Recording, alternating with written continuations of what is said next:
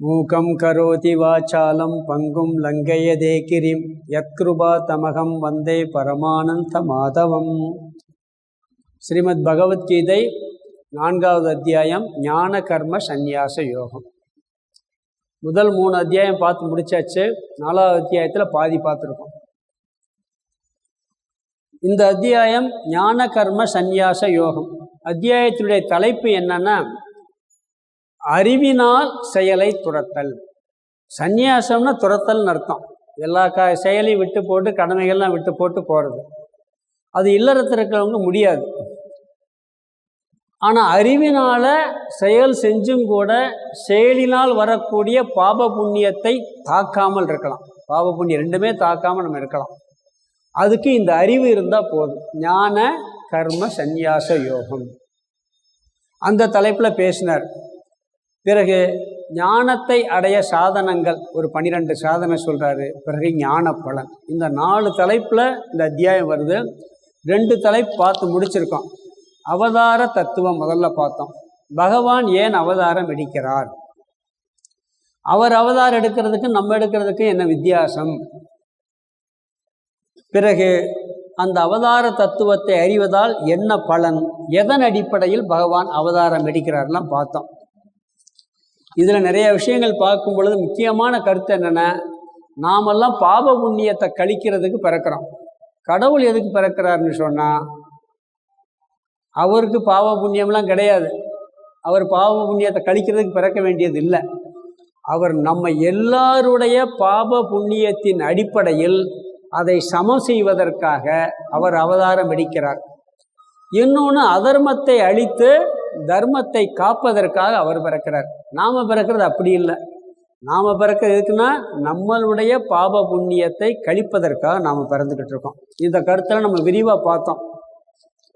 பிறகு அவர் மாயையை கட்டுப்படுத்தி பிறக்கிறாரு. நாம் மாயையின் வசத்தில் பிறக்கிறோம். அன்றைக்கி உதாரணம் சொன்ன, போலீஸ் கட்டுப்பாட்டில் திருட இருப்பான், மந்திரி கட்டுப்பாட்டில் போலீஸ் இருப்பார். மந்திரி மாதிரி கடவுள், அவருடைய கட்டுப்பாட்டில் மாயை இருக்கும். நாமெல்லாம் திருடன் மாதிரி மாயையினுடைய வசத்தில் நாம் இருக்கோம் அப்படின்னு ஒரு உதாரணமெல்லாம் பார்த்தோம்.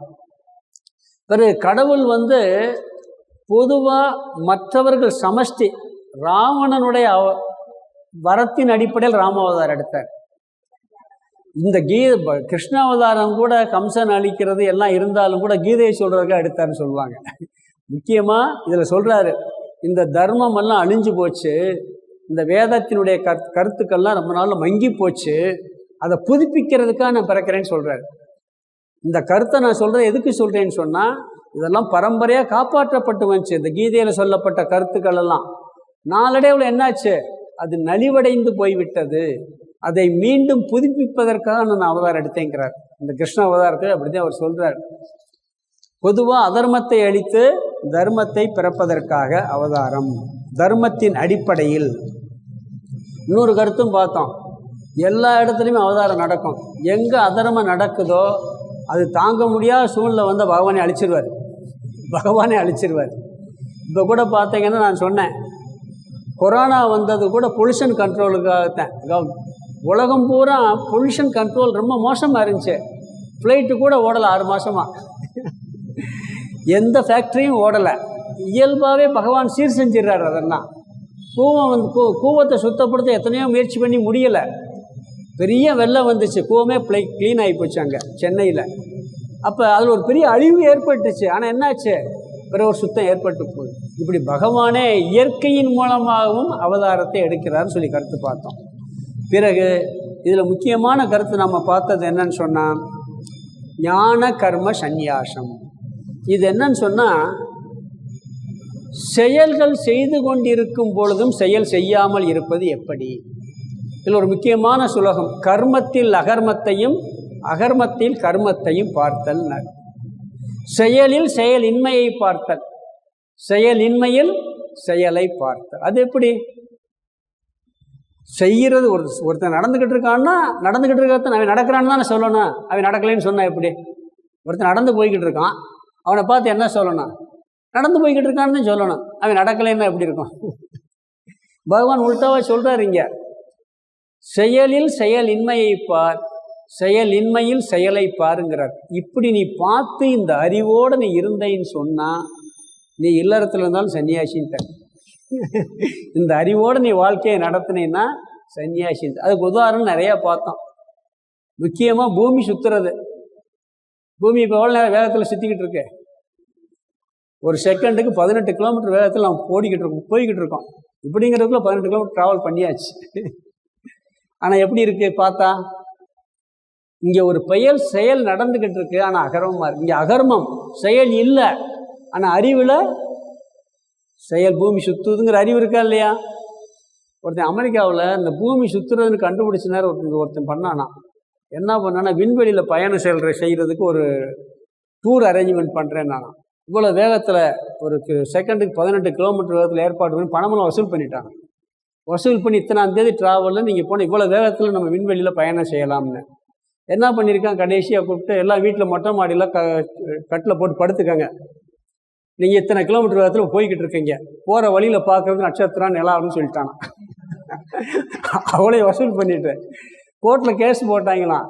நான் உண்மையை தானே சொன்னேன்ட்டாங்க. ஜெயிக்க முடியல. அப்படி ஒருத்தர் ஏமாத்திருக்கான்.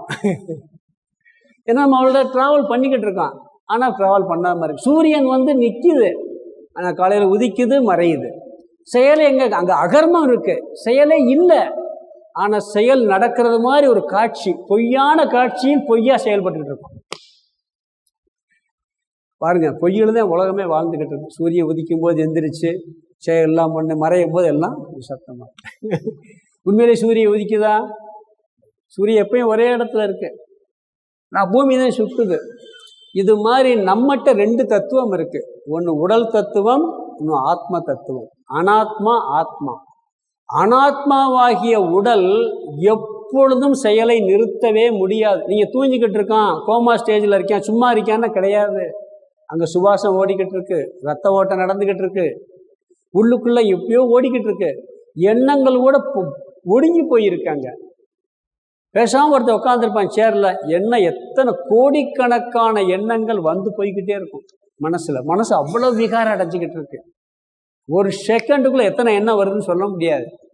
அப்போ வெளியே சும்மா இருந்தாலும் அனாத்மாவாகிய உடலும் மனமும் செயல்பட்டு கொண்டுதான் இருக்கும்.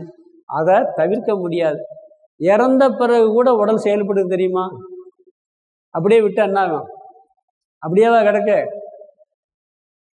5 மணி நேரம் ஒரு நாள் ஆச்சுன்னா அவ்வளோதான், உடம்பே ஒரு மாதிரி ஆயிரும், நாட்டம் எடுக்க ஆரம்பிச்சிடும். அங்கே ஒரு மாற்றம் நடந்துக்கிட்டு இருக்கு, கட்டடத்தில் நடந்துக்கிட்டு இருக்கு. இந்த கட்டடம் செயல்பட்டுக்கிட்டு இருக்கு. இப்படியே விட்டு 1000 வருஷம் கழிச்சு இந்த கட்டடம் இப்படியே இருக்குமா? அழிஞ்சு போயிடும். அப்போ உள்ளுக்குள்ள ஒரு அழிவு ஏற்பட்டுக்கிட்டே இருக்கு, தெரிகிறது இல்லை.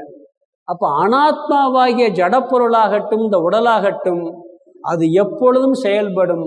அதற்கு எனக்கு சம்பந்தம் இல்லை. நான் ஆத்மா, ஆத்மாவினுடைய அனுகிரகத்தில் இது செயல்படுதே ஒழிய ஆத்மா செயல்படாதுன்னு சொன்னார். கரண்ட் இருக்கு, கரண்ட் எந்த செயலும் செய்யாது. மின்சாரம் கண்ணுக்கும் தெரியாது, ஆனால் மின்சாரம் இல்லாட்டி ஃபேன் ஓடாது, லைட் எரியாது. மின்சாரம் செயல்படுறதே இல்லை, ஆனால் மின்சாரம் இல்லாட்டி இந்த லைட் ஓட. அது மாதிரி ஆத்மா செயல்படாது, ஆத்மாவினுடைய அனுகிரகத்தில் இது செயல்பட்டுக்கிட்டு. இந்த தத்துவத்தை புரிஞ்சுக்கிட்டு நீ உலகத்தில் வாழ்ந்தேன்னா நீ தர்மமாகத்தான் வாழ்வ, எந்த செயலும் உன்னை பாதிக்காது. நீ செய்தாலும் ஒரு சன்னியாசிக்கு சமானம்ட்டார். ஞான கர்ம சந்நியாசம் இதுன்னு சொன்னார். இந்த தத்துவமெல்லாம் கொஞ்சம் புரியலை, கொஞ்சம் லேட்டாகும். ஆத்மா அனாத்மாவில் விட்டுருங்க, எங்களுக்கெல்லாம் அதெல்லாம் புரியாது அப்படின்னு நீங்கள் நினச்சிங்கன்னு சொன்னால், ஓம் பிரம்மார்ப்பணம் பிரம்மகவிர் பிரம்மாக்னவ் பிரம்மணாகுதம் பிரம்மைவ தேன கந்தவியம்னு ஒரு மந்திர ஸ்லோகத்தை சொல்லி எல்லாவற்றையும் பிரம்மனாக பார் அப்படின்ட்டார். அதுக்கு என்ன சொன்னார்னா, நம்ம சாப்பிடும்போது ஒரு மந்திரம் சொல்கிறோம், ஓம் பிரம்மார்ப்பணம் சொல்லுவோம். நம்ம சம்பிரதாயத்தில் உண்டு, அந்த மந்திரம் சொல்லி சாப்பிட்ற பழக்கம் இருக்குது. அதை வேள்வியாக சொல்லி என்ன பண்ணார்னா, ஒரு வேள்வியை உதாரணமாக சொல்கிறார். ஒரு ஹோமம் நடக்குது, அந்த ஹோமத்தை செய்கிற எஜமானன் இருப்பான், அந்த ஹோமத்தை செய்கிறவன்.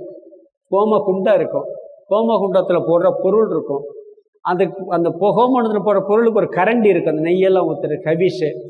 பிறகு இந்த ஹோமத்தினால் வரக்கூடிய பலன் இருக்கும். இப்படி ஒரு 5 விதமான வேறுபாடுகள் அங்கே இருக்கு.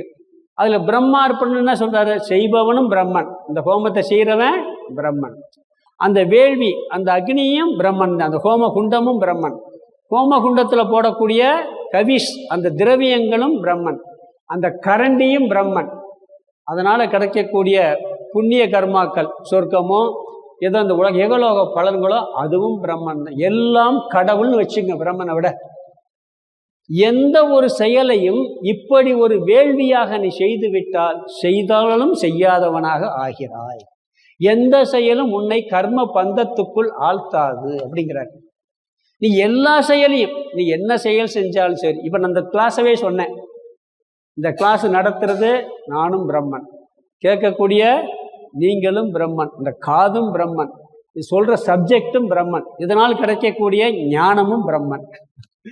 இது இன்னொரு பலன் என்ன? பிறவா நிலை ஆனந்தம், அதுவும் பிரம்மன். இப்படி எல்லாம் வியாபாரம் எடுத்துக்கலாம். நான் இப்பவனும் பிரம்மன், வாங்குபவன் அந்த ஹோம குண்டம், ஏன்னா அந்த பொருளை அவனுக்கு கொடுக்குறான், அதுவும் பிரம்மன். அந்த டிரான்சாக்ஷனும் பிரம்மன், அதனால லாபம் கிடைக்கிறதும் பிரம்மன், அவனுக்கு அந்த பொருளை பயனடைக்கிறதும் பிரம்மன்.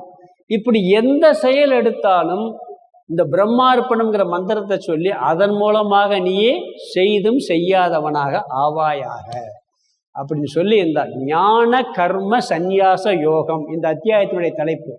செயல் செய்து கொண்டிருந்தாலும் கர்ம சந்நியாசம், கர்மத்தை செய்யாதவனாக, செயலை செய்யாதவனாக ஆவாய். எதன் அடிப்படையில்? ஞான கர்ம சந்நியாசம், அறிவின் அடிப்படையில். இந்த புத்தியோட நீ உலகத்துல வாழ்ந்தேன்னா எந்த பாவ புண்ணியமும் உன்னை தாக்காது. சாமி பாவம் தாக்காட்டி பரவாயில்ல, புண்ணியம் வந்துட்டு போட்டுமே.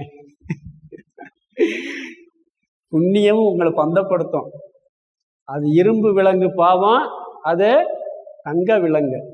புண்ணியம் பண்ணாலும் பிறந்தாகும், பாவம் பண்ணாலும் பிறப்போம். புண்ணிய கர்மா நம்மளுக்கு இருந்தாலும் பிறவி நிச்சயம் சொர்க்கத்துக்கு போய் ஆகணும்.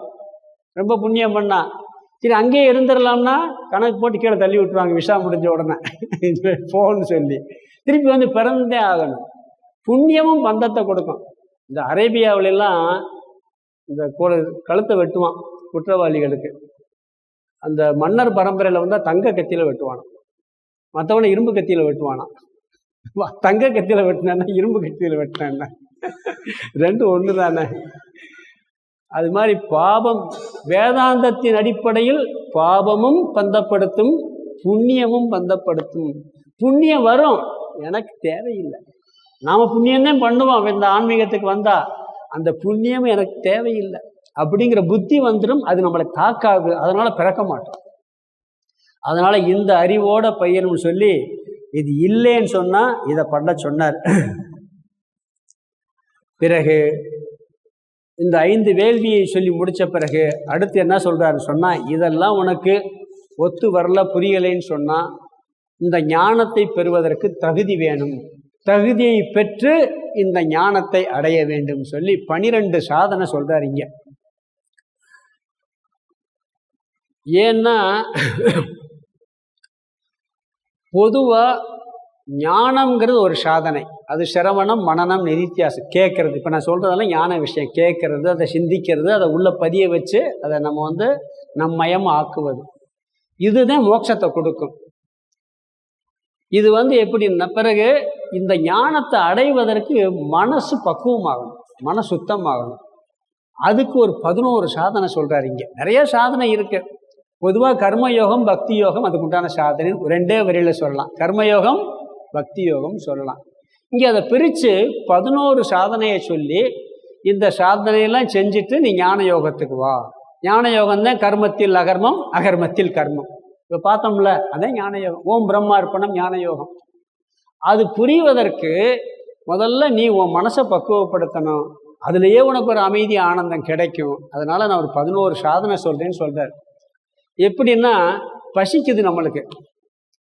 பசிக்கிறதுக்கு என்ன சாதனை? சாப்பிடணும். பசி நீங்கணும்னு என்ன பண்ணணும்? சாப்பிடணும். நம்மளுக்கு நிறைய பிரச்சனை, துக்கம் இருக்கு. அந்த துக்கம் போகணும்னா ஞானம் வேணும். அறிவுதான் நீக்கம். சாப்பிட்றது மாதிரி ஞானம். சரி, உடனே சாப்பாடு கிடச்சிடுமா? காய்கறி வாங்கணும், அரிசி வாங்கணும், சமைக்கணும், பாத்திரம்லாம் கழுவணும், தட்டில் கொண்டாந்து ரெடியாக வைக்கணும். அதுக்கு எவ்வளோ வேலை இருக்கு? சாப்பிட்றது 5 நிமிஷம்தான். ஆனால் சாப்பாடை தயார் பண்ணுறதுக்கு உழுது அரிசி உற்பத்தி பண்ணுறதுலேருந்து ஆரம்பிக்கணும். அவ்வளவும் செஞ்சு சமைச்சு தட்டில் வைக்கிறது வரைக்கும் அந்த சாதனை. சாப்பிட்றது ஞான யோகம், பசி நீங்கிறது மோட்சம். அதனால என்ன சொல்றாரு, இந்த 11 சாதனையை சொல்றார். அதில் பொதுவாக ஏதாவது ஒரு சாதனை ஸ்ட்ராங்காக பிடிச்சா கூட வந்துடலாம். நாயன்மார்கள் பாருங்க, எல்லா சாதனையும் பண்ணியிருக்க மாட்டாங்க, ஒரு சாதனையை பிடிச்சிருப்பார். ஒருத்தர் துணி துவைச்சு கொடுத்தாரு, வேற ஒன்றுமே செய்யலை, அடியாருக்கு துணி துவைச்சு கொடுத்து அடியார் ஆயிட்டார். இன்னொருத்தர் மாமிசத்தை படைச்சாரு, மாமிசத்தை படைச்சே அடியார் ஆயிட்டார். நல்ல மாமிசத்தை சுவைச்சு பாய்ச்சி வைப்பாரான் கடைக்கு கண்ணப்ப நாயனார். அப்படி வச்சார் அவர். கண்ணப்பன் ஒப்பதோர் அன்பின்மை கண்டப்பின் என்னப்பன் என்னப்பில் என்னையும் ஆட்கொண்டருளின்ட்டாரு. அது மாதிரி ஒரு அன்பு எங்கே பார்க்கறதுங்கிறார். அவர் என்ன பண்ணார்? ஒன்றும் செய்யலை, நல்ல கறியாக எடுத்து கடவுளுக்கு வச்சுட்டு மோசமான சாப்பிட்டு வரான் பன்னிக்கறியை. அதுதான் அவர் பண்ணது. அப்படி ஒரு சாதனையை வச்சுட்டு கூட எல்லாம் நீங்கி இருக்கிறாங்க. இங்கே 12 சாதனை சொல்கிறார். ஒவ்வொன்றா பார்க்கலாம். இங்கே ஒவ்வொரு வரியிலும் அந்த சுலோகத்தில் சொல்லியிருக்கார். நான் கொஞ்சம் கொஞ்சம் விளக்கம் பார்த்துடலாம். முதல்ல அந்த என்ன சொல்கிறாருன்னா, பிரம்மார்ப்பணத்தில் ஹோமகுண்டம்ங்கிற அந்த நெருப்பில் இந்த ஹவிஷை போடுற சொன்னோம், அக்னியை போடுறது வேள்வின்னு சொன்னோம். இந்த 12 வேள்விங்கிறார். இவர் சொல்லக்கூடிய இந்த சாதனை இருக்கே, இதெல்லாம் வேள்வி அப்படிங்கிறார். ஓங்காரசாமி கிளாஸ் என்ன போடுவார் தெரியுமா? இப்போ நம்ம தொடர் வகுப்புகள்னு போட்டிருக்கோம், ஞான வேள்வின்னு தான் போடுவார். அவர் போடுறது ஞான வேள்வி. இதுவும் ஒரு வேள்வி, ஞான யோகமா ஒரு வேள்வி. அங்கே எல்லா இடத்துலையும் இந்த வேள்வி மாதிரி அதை செய்கிறது. இப்போ இந்திரியங்கள்லாம் இருக்குது, இந்திரிய கட்டுப்பாடு என்ற வேள்வி அப்படின்னா, இந்திரிய கட்டுப்பாடு என்ற ஹோமகுண்டத்தில் இந்திரியங்கள் எல்லாம் போட்டுறது, இந்திரிய விஷயங்களை போட்டு பொசுக்கு அதுக்குள்ளே அந்த ஹோமகுண்டத்தில் போடுற மாதிரி பாவனை பண்ணுறது. இப்படி 12 சாதனைகளை சொல்கிறார். இது எல்லாமே வேள்விங்கிறார். வேள்வின்னு என்ன? ஹோமம் பண்ணுறோம், யாகம் பண்ணுறது. யாகத்தினுடைய பலன் என்ன? பாவம் போய் புண்ணியம் வர்றது. இங்கே என்ன? ரெண்டுமே போயிடும், மனசு சித்த சுத்தியாகும், அப்படிப்பட்ட பலன் கிடைக்கும் அப்படிங்கிறார். இப்போ 12 வேள்வியில் முதல் வேள்வி தேவ யஜ்ஞம். நாம் கர்ம யோகத்தில் 5 வேள்வி பார்த்தோம், ஞாபகம் இருக்கா? அங்கேயும் தேவ யஜ்ஞம் பார்த்தோம். கர்ம யோகத்தில் போடும் பொழுது 5 விதமான வேள்வின்னு பார்த்தோம். தேவ யஜ்ஞம், பித்ரு யஜ்ஞம், பிறகு பூத யஜ்ஞம், நர யஜ்ஞம், ரிஷி யஜ்ஞம் சொல்லி 5 வேள்வி பார்த்தோம். இறை வழிபாடு, முன்னோர்களை கவனிக்கிறது, மனிதர்களை கவனிக்கிறது, மற்ற மிருகங்களை கவனிக்கிறது, டெய்லி பாராயணம் பண்ணுறதெல்லாம் பார்த்தோம். அங்கே 5 சொன்னார், இங்கே அதவே 12 சொல்கிறார். தேவ யஜ்ஞம் 1, 2வது தம யஜ்ஞம், சம யஜ்ஞம், ஞான தீபேன யஜ்ஞம் சரி, இப்படி 12 யஜ்ஞம். கடைசியாக ஞான யோகம், ஞான யோக சாதனை. ஒவ்வொன்றா பார்க்கலாம். இங்கே முதல்ல தேவ யஜ்ஞம்னா இறை வழிபாடு. தினந்தோறும் கடவுள் வழிபாட்டோட தான் நம்மளுடைய செயல்களை ஆரம்பிக்கணும். அது ஒரு வேள்விங்கிறார். இறை வழிபாடு இல்லாமல் நம்ம எதுவுமே பண்ணக்கூடாது. இது தினந்தோறும் செய்யக்கூடிய ஒரு வேள்வி. எப்படி உடல் ஆரோக்கியத்திற்கு, உடல் பலத்திற்கு உணவு முக்கியமோ, அப்படி மன ஆரோக்கியத்திற்கு இந்த இறை வழிபாடு கட்டாயம் தேவை. எந்த பொருளை பயன்படுத்தினாலும் புதுசாக வாங்கினா என்ன பண்ணுறான்? போய் கடவுள்கிட்ட வச்சுட்டு ஆரம்பிக்கிறது. புது வீடு போகிறோம், என்ன பண்ணுறான்? கிரக பிரவேசம், பூமி பூஜை பண்ணுறான். எதுனாலும் கடவுள் வழிபாடு இல்லாமல் ஆரம்பிக்கிறோமா? விவசாயம் கூட பார்த்தீங்கன்னா பிள்ளையார் ஒரு மஞ்சளை பிடிச்சி இப்படி வச்சுட்டு ஆரம்பிப்பாங்க. அங்கே ஒரு அருகம்புல் எடுத்து சொருகி வச்சுட்டு சாமியை கும்பிட்டு ஆரம்பிப்பாங்க. கருதை இருக்கும் போதெல்லாம் பார்க்கலாம், கதிர் அறுவடை பண்ண போதெல்லாம். எது பண்ணாலும் இறை வழிபாட்டோடு முக்கியம். அதாவது ஞானத்துக்கு முன்னாடி நாம் எப்படி பிரார்த்தனை பண்ணுவோம்னா, எனக்கு அது வேணும், இது வேணும், பணம் இல்லாட்டி பணம் வேணும், ஆரோக்கியம் இல்லாட்டி ஆரோக்கியம் வேணும், பதவி வேணும், இப்படி எல்லாம் பிரார்த்தனை பண்ணி கடைசி எங்கே வரணும்? மோட்சம் வேணும்னு பிரார்த்தனை பண்ணுவோம். ஞானம் வர்றதுக்கு முன்னாடி கடைசி எந்த பிரார்த்தனை போய் நிற்கும்? ஞானம் என்ன பண்ணும்? ஞானம் வேணும்னு பிரார்த்தனை பண்ணும். பிரார்த்தனையில் பல விதம் இருக்குது. திட்டி கூட பிரார்த்தனை பண்ணலாம். திட்டுறது ஒரு பிரார்த்தனை தெரியுமா? கடவுளை திட்டுறதெல்லாம் சில பேர் சொல்லுவாங்க, யாராவது திட்டிக்கிட்டு இருந்தால் அங்கே அர்ச்சனை நடந்துக்கிட்டு இருக்கும்பாங்க. எதுக்கு அந்த வார்த்தையை சொல்கிறாங்கன்னு புரியல. ஒருத்தர் யாராவது திட்டிக்கிட்டு இருக்காருன்னு வச்சுங்க, அவனுக்கு அங்கே அர்ச்சனை நடந்துக்கிட்டு இருக்கும்பாங்க. திட்டுறதுக்கு அர்ச்சனைக்கு என்ன சம்பந்தம்னு தெரியல. ஒருத்தர் சொன்னார், எனக்கு இந்த சாண்டா சின்னப்பா தேவர் எப்படி சாமி கும்பிடுறான்னு சொன்னாங்க. அப்போத்தான் இதே அர்ச்சனை போல இருக்குன்னு நினச்சேன். அவர் என்ன பண்ணுவாராம், முருகன் படம் எடுப்பார், சினிமா படம், சாமி படம் தான் பெரும்பாலும் எடுப்பார். நல்லா ஓடிச்சுன்னா அந்த முருகனுக்கு போய் பூஜையெல்லாம் பண்ணி நிறைய அதெல்லாம் வச்சு அப்படியே அலங்காரமெல்லாம் பண்ணி பூஜை பண்ணுவாராம். நட்டமாயிடுச்சுன்னு வச்சுக்குங்க, போய் முருகன் படத்துக்கு முன்னாடி கதவை பூட்டிடுவார். திட்டுன்னு திட்டி குமிச்சுடுவாராம் முருகனை. நீ எல்லாம் ஒரு கடவுளா, நீ எல்லாம் ஒரு ஆளா, உன்னைய நம்பித்தான் நான் இந்த படம் எடுத்தேன் அப்படின்னு 1 மணி நேரம் 2 மணி நேரம் திட்டுன்னு என்னென்ன வார்த்தைகள் அப்படி திட்டுவாராம். திட்டிட்டு ஃப்ரீயாக வெளியே வந்துடுவார். அவருக்கு அந்த நஷ்டமெல்லாம் தோணாவா? அங்கே அப்படி அவர் அர்ச்சனை அவருக்கு. அது கூட ஒரு பிரார்த்தனை. அப்படி பிரார்த்தனை இல்லாமல் எந்த வாழ்க்கையும் தொடங்கக்கூடாது. முதலில் பொருள் வேண்டி நம்மளுடைய உடல் நலம், உறவு நலம் எல்லாத்துக்கும் தப்பு இல்லை. கடைசியாக நிறைவு ஞானத்துக்காக பிரார்த்தனை. ஞானம் வந்த பின்பு இதுவரை கொடுத்ததற்கு நன்றி சொல்லி பிரார்த்தனையா. குறையொன்றும் இல்லை மறைமூர்த்தி கண்ணா, எனக்கு எதுவுமே வேணாம்ப்பா, என்ன கொடுக்கணுமோ அதெல்லாம் நீ கொடுத்துட்ட, எனக்கு அப்பயும் பிரார்த்தனை வேணும். ஞானம் வந்தாச்சுன்னா பிரார்த்தனை போட்டக்கூடாது. இது வரைக்கும் உன்னுடைய கருணையினால எனக்கு இந்த ஞானம் கிடைச்சிச்சு அப்படின்னு சொல்லி நன்றி சொல்லி பிரார்த்தனை. ஏற்கனவே சொல்லியிருக்கேன், ஒரு சினிமா பாட்டு, ஆட்டுவித்தால் யார் ஒருவர் ஆடாதாரே கண்ணில் ஒரு வரி வரும்.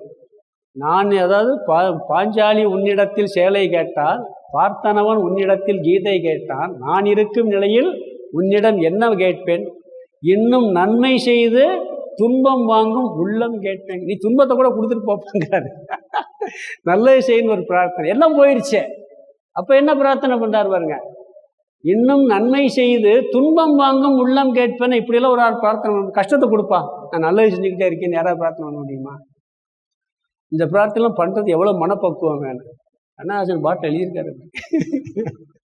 அதுவும் பாஞ்சாலி உன்னிடத்தில் சேலை கேட்டால், பார்த்தனவன் உன்னிடத்தில் கீதை கேட்டான். இவன் எல்லா சொத்து, பெரிய கோடீஸ்வரன், எல்லாத்தையும் இழந்துருவான், ஒன்று கூட இருக்காது. இப்போ நீ என்ன கேட்குறேன்னா, என் சொத்தை இழந்துன்னு கேட்க மாட்டான், எனக்கு இழந்த சொத்தை கொடு அப்படின்னு கேட்கல. நான் இருக்கும் நிலையில் உன்னிடம் என்ன கேட்பேன், இன்னும் நன்மை செய்து துன்பம் வாங்கும் உள்ளம் கேட்பேன்ட்டான். இது எவ்வளோ பெரிய பிரார்த்தனை பாருங்க. இப்படி ஞானத்துக்கு பிறகு நன்றி உணர்வோடு பிரார்த்தனை செய்தல், எனக்கு என்னமே வேணான்னு சொல்லி, இதெல்லாம் பொதுவாக கர்மயோக வாழ்க்கையே ஒரு விதமான வழிபாடு தான். பக்தி யோகம் கர்மயோகம்ங்கிறதே. இதில் என்னன்னு சொன்னால், இதில் என்ன பலன் கிடைக்கும்னு சொன்னால், பொதுவாக பிரார்த்தனையில் நேரடியாக பலன் கிடைச்சிடும். ஒருவேளை கிடைக்கவில்லைன்னு சொன்னால், இந்த பிரார்த்தனை என்ன பண்ணும்னா, நாம் ஒரு காரியத்தில் இறங்க போகிறோம், அந்த காரியத்தை சரியாக செய்யறதுக்கு நமக்கு ஐடியா கிடைக்காது. சரியான வழியில் பகவான் இழுத்துட்டு போவார். சரியான வழியில் அந்த பிரார்த்தனை என்ன பண்ணோம், இழுத்துட்டு போய் அந்த காரியத்தை செய்ய வச்சு வெற்றி கிடைக்குமா. சில நேரங்களில் அது கூட கிடைக்கலன்னா, இந்த பிரார்த்தனைக்கும் நாம் செய்த செயலுக்கும் ஒரு நாளும் பலன் இல்லாமல் போகாது, அது ஸ்டாக்ல இருக்கும். ஏன் வெளியே வராமல் இருக்குன்னா, பூர்வ ஜென்ம கொஞ்சம் பாவ வினை கொஞ்சம் வந்திருக்கும், அதனால் நிப்பாட்டி வச்சு லேட்டாக கொடுப்பாரு கடவுள். இந்த பிரார்த்தனைக்கு பலன் இல்லாமல் போகவே போகாது. உடனே கிடைக்கலன்னா, என்ன நீ எல்லாம் கடவுளா இப்படி கொடுக்கலன்னு நினைக்கக்கூடாது. அவர் ஸ்டாக் வச்சிருப்பார், அதெல்லாம் வச்சிருந்து இப்போ கொஞ்சம் பாபகர்மா வேலை செஞ்சுக்கிட்டு இருக்கு, இதை கழிச்சு கொஞ்சம் நாள் கழிச்சு காய்ச்சல் வந்திருக்கு ஐஸ்கிரீம்லாம் இப்போ கேட்காத. குழந்தைய சொல்கிறது மாதிரி, காய்ச்சல் வந்த குழந்தைக்கு ஐஸ்கிரீம் கேட்டால் கொடுக்குமா? கேட்குது, கொடுக்கணும்னு ஆசை இருக்குன்னா உன்னை மனசில் வச்சுருப்பான், கேட்டுச்சு, காய்ச்சல் நல்லான பிறகு 1க்கு 2 வாங்கிக்க, கொடுக்குமா இல்லையா? அது மாதிரி கடவுள் என்ன பண்ணார், அப்போ கொடுக்க மாட்டார், கொஞ்சம் ஸ்டாக் வச்சுருப்பார், யோசனையில் வச்சுருந்து பாரு மெதுவாக கொடுப்பாரு. அதனால் இதுக்கு பலன் கட்டாயம் கிடைக்கும். ஆகவே தேவ ஐக்கியங்கிறது இறை வழிபாடு, கடவுள் வழிபாட்டோடு ஆரம்பிக்க வேண்டியது இதுதான். மகாத்மா காந்தியோட ஒரு இடத்துல சொல்ற, சாப்பிடாம எத்தனை நாள் இருந்துருவேன், இப்போ நாமம் சொல்லாமல் இருக்க முடியாதுங்கிறார். அதனால இந்த பிரார்த்தனை ரொம்ப முக்கியம். இது தேவ ஐக்கியம். அடுத்தது தம ஐக்கியம், இந்திரிய கட்டுப்பாடு. இந்திரியங்களை கட்டுப்படுத்த வேண்டும் என்ற எண்ணத்தில் இந்திரியங்களை தியாகம் செய்தல். இந்திரியங்களை கட்டுப்படுத்துகிற எண்ணங்கிறது அக்னிகுண்டம் மாதிரி, அதில் இந்திரியங்களை தியாகம் செய்தல். தீய எண்ணங்களை தூண்டும் விஷயங்கள்ல இருந்து விலகி இருக்கணுமா. நம்ம போய்கிட்டே இருக்கோம். எத்தனையோ சம்பவம், கண் எதவோ பார்க்குது, காது எதவோ கேட்கும், எல்லாம் நம்மளை இழுக்கும், அப்படியே இழுத்துக்கிட்டே இருக்கும். அதிலிருந்து நம்ம தவிர்த்து நல்ல விஷயங்கள் இருக்கக்கூடிய விஷயங்களோட இந்திரியங்களை சம்பந்தம் வைக்கிறது. ஏன்னா கெட்ட விஷயத்தில் போய் சேர்ந்தோம்னு சொன்னால் நம்மளை என்ன பண்ண இந்திரியம் கொண்டு போய் பாதாளத்தில் தள்ளிடும். ஒருத்தர் ஒரு போதைக்கு அடிமையாக இருக்கான். அவன் என்ன பண்ணணும், அந்த செட்டோட கொஞ்சம் நாளைக்கு சேராமல் இருக்கான். திருப்பி நிப்பாட்டினான்னா நிப்பாட்டி வெளியே வந்துட்டான். திருப்பி அந்த இந்திரியம் அதில் போகாமல் இருக்கு என்ன செய்யணும், அந்த கடை பக்கமே போகக்கூடாது, அந்த தெரு பக்கமே போகக்கூடாது. ஒரு சினிமாவில் கூட காமிப்பான், ஏதோ ஒரு சினிமா படம் நினைக்கிறது, மணிவன் துள்ளாத மனம் சொல்லுமா, நிப்பாட்டி இருப்பான், சாப்பிட மாட்டான், பேசாமல் வேறு பக்கம் போய் ஒதுங்கி போவான். அந்த கடைக்கு பக்கம் அங்கிட்ட இருக்க கூப்பிடுவான், கடையில் திருப்பி ஆரம்பிச்சிடுவான். இப்போ போன திருப்பி போயிடும். அப்போ கெட்ட விஷயங்கள் எங்கே இந்திரியங்கள் இழுக்குமோ அதிலிருந்து விலகி இருப்பது இந்திரிய கட்டுப்பாடு. நம்ம அதெல்லாம் பார்த்து நல்ல எண்ணங்களை தூண்டும் விஷயங்களில் சேர வேண்டும். ஒரு சத்சங்கம், இந்த மாதிரி நல்ல விஷயங்கள், கோயில் வழிபாடு, இப்படி விஷயங்களில் இந்திரியங்களை கொண்டு போய் செலுத்தணும். இந்திரியங்களை பயன்படுத்தாமல் உலகத்தில் வாழவே முடியாது. கண்ணில் பார்க்கணும், காதில் கேட்கணும், மூக்கில் சுவைக்கணும், வாயில் சுவை சாப்பிட்டுட்டாங்க. சுவை, ஒளி, ஊறு, ஓசை, நாற்றம் என்ற 5 வகை தெரிவான் கட்டே உலகன்ட்டார். 5 இந்திரியங்களை பயன்படுத்து. அது எங்கே பயன்படுத்தணுமோ, எப்படி பயன்படுத்தணும், அப்படி பயன்படுத்தினா உங்ககிட்ட தான் உலகம் இருக்குன்ட்டார் வள்ளுவர். அந்த இந்திரியங்களை எங்கே எப்படி முறையாக பயன்படுத்தணுமோ அப்படி பயன்படுத்தினா உன் வசத்தில் உலகம் வந்துடுமா. இல்லாட்டி நீ என்ன பண்ணுவ, நீ உலக வசத்தில் போயிடுவ. படகு தண்ணியில் இருக்கலாம், படகுக்குள்ளே தண்ணி போனால் என்ன ஆகும்? படகு தண்ணியில் தான் இருக்கணும், தண்ணியில் தான் போகணும். அதே தண்ணி உள்ளே போயிடுச்சுன்னா என்ன ஆகும்? தண்ணிக்குள்ளே மூழ்கி போயிடும். இருக்குமா இல்லையா? தாமரை இலை தண்ணீரில் தான் வாழும், தண்ணீர் இருந்தால் தான் நிற்கும், தண்ணீரில் உயிர் வாழ முடியும், ஆனால் ஒட்டாமல் வாழும். அது மாதிரி நீ உலகத்தில் தான் வாழணும், அப்படி இருக்க வேண்டும். இந்திரியங்களை கட்டுப்படுத்தி இருக்க வேண்டும். இதில் என்ன பலன் கிடைக்கும்னா, முதல்ல உடல் ஆரோக்கியம் கிடைக்கும். உடலில் இந்திரியங்களை கரெக்டாக பயன்படுத்தின உடல் ஆரோக்கியம் இருக்குமா இருக்காதா? எப்போ பார்த்தாலும் செல்ஃபோனை காலையிலேருந்து நைட்டு வரைக்கும் பார்த்துட்டு இருந்தால் கண் எப்படி இருக்கும்? குழந்தைகளுக்கு நிறைய பேருக்கு இதே பிரச்சனையே. செல்ஃபோனை எப்போ பார்த்தாலும், இப்போ டச் ஃபோன் வந்த பிறகு எப்போ பார்த்தாலும் கண்ணை அதை பார்த்துக்கிட்டே இருந்தால் அது ஒரு லிமிட் இருக்குது. எப்போ பார்த்தாலும் ஹெட்ஃபோனை வச்சுக்கிட்டு சினிமா பாட்டை கேட்டுக்கிட்டே இருந்தால் அப்படி இருக்கும், காது போயிடும்.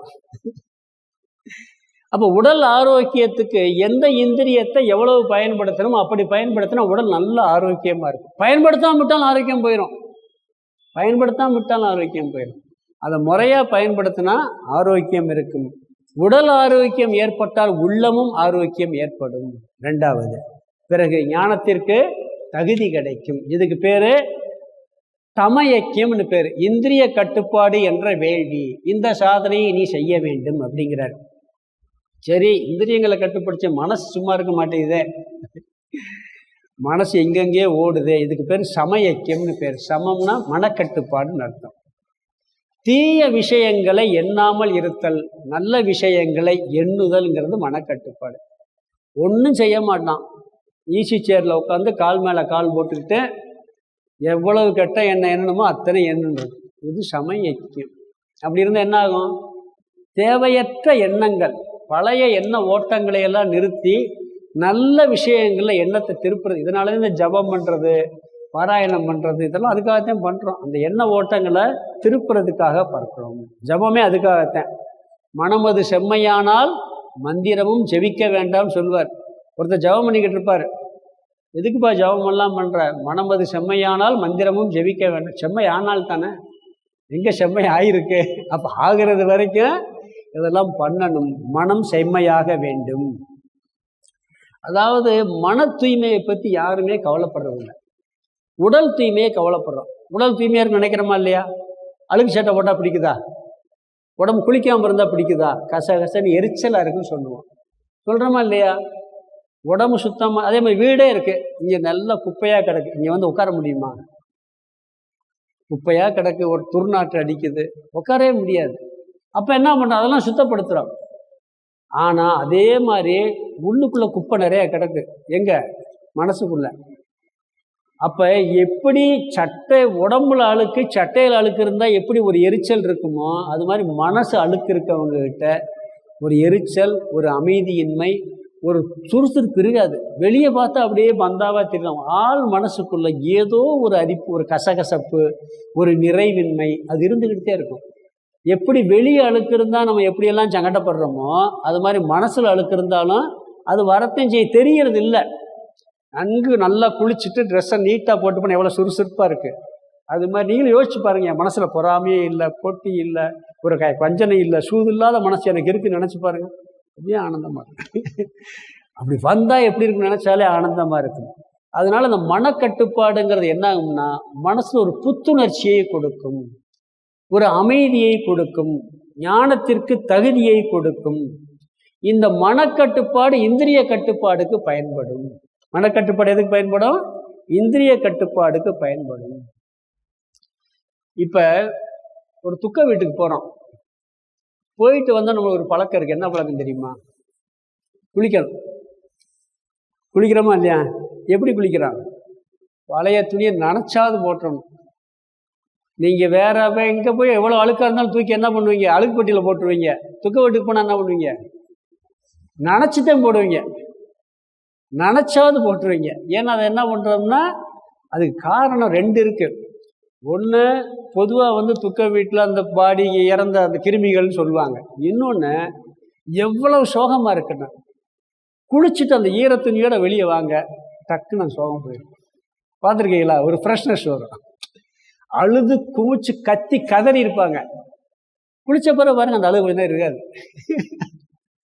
அந்த உடம்ப குளிச்ச உடனேயே அந்த துணியெல்லாம் நனைச்சு குளிச்ச உடனே ஒரு ஃப்ரெஷ்னஸ் வருது. அது மாதிரி இந்த இறை வழிபாடு, இந்திரிய கட்டுப்பாடு, மனக்கட்டுப்பாட்டில் மனசு சுத்தமாகும். டெய்லி நம்ம இதெல்லாம் பண்ணும்போது மனசு என்ன ஆகுது? ஒரு ஃப்ரெஷ்னஸ் வருது, ஒரு தூய்மை வருது. அதே மாதிரி ஒரு புத்துணர்ச்சி மனதிற்கு கிடைக்கும். ஒரு சினிமா பாட்டு கூட, கண் போன போக்கிலே கால் போகலாமா, கால் போன போக்கிலே மனம் போகலாமா, மனம் போன போக்கிலே மனிதன் போகலாமான் இருக்கு. மனிதன் போத பாதையை மறந்து போகலாமா. எல்லாம் அப்படியே தான் இருக்கு. இதில் எல்லா கட்டுப்பாடும், இந்திரிய கட்டுப்பாடு, மனக்கட்டுப்பாடெல்லாம் வந்துடுது. இது 3வது சாதனை. பிறகு 4வது சாதனை விவேக தீபேன யக்ஞம், விவேக சக்தியை வளர்க்கும் யாகம்.